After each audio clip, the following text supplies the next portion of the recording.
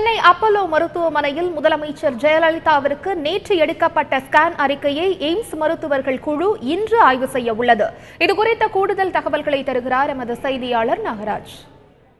Apollo மருத்துவமனையில் தொடர்ந்து சிகிச்சை பெற்று வரும் தமிழக முதல்வர் ஜெயலலிதா அவர்களுக்கு நேற்று 3 மணி நேரமாக ஸ்கேன் எடுக்கப்பட்டது. இந்த ஸ்கேன் தொடர்பான அறிக்கையை இன்று மருத்துவர்கள் குழு ஆய்வு செய்ய இருக்கிறது. எய்ம்ஸ் மருத்துவர்கள் குழு மற்றும் லண்டன் சிறப்பு மருத்துவர் ரிச்சர்ட் ஆகியோர் நேற்று முதல்வரின் உடல்நலை குறித்து ஆய்வு செய்த பிறகு ஸ்கேன் எடுக்க அறிவுறுத்தினார். அதைத் தொடர்ந்து 3 மணி நேரமாக ஸ்கேன் எடுக்கப்பட்டது. இந்த ஸ்கேன் அறிக்கையை இன்று மருத்துவர்கள் குழு ஆய்வு செய்ய இருக்கிறார்கள். தற்போது லண்டன் சிறப்பு மருத்துவர் ரிச்சர்ட் மருத்துவமனைக்குள் சென்றிருக்கிறார்.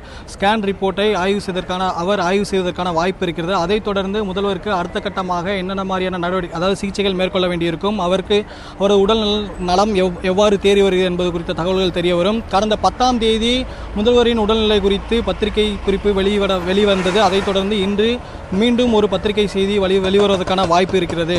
அதைத் தொடர்ந்து முதல்வரின் உடல்நலம் எவ்வாறு இருக்கிறது, அவர் எப்போது வீடு திரும்புவார் என்பது குறித்த தகவல்கள் தெரிய வரும். தந்தி டிவி செய்திகளுக்காக ஒளிப்பதிவாளர் கார்த்திகுடன் செய்தியாளர் ப. நாகராஜன்.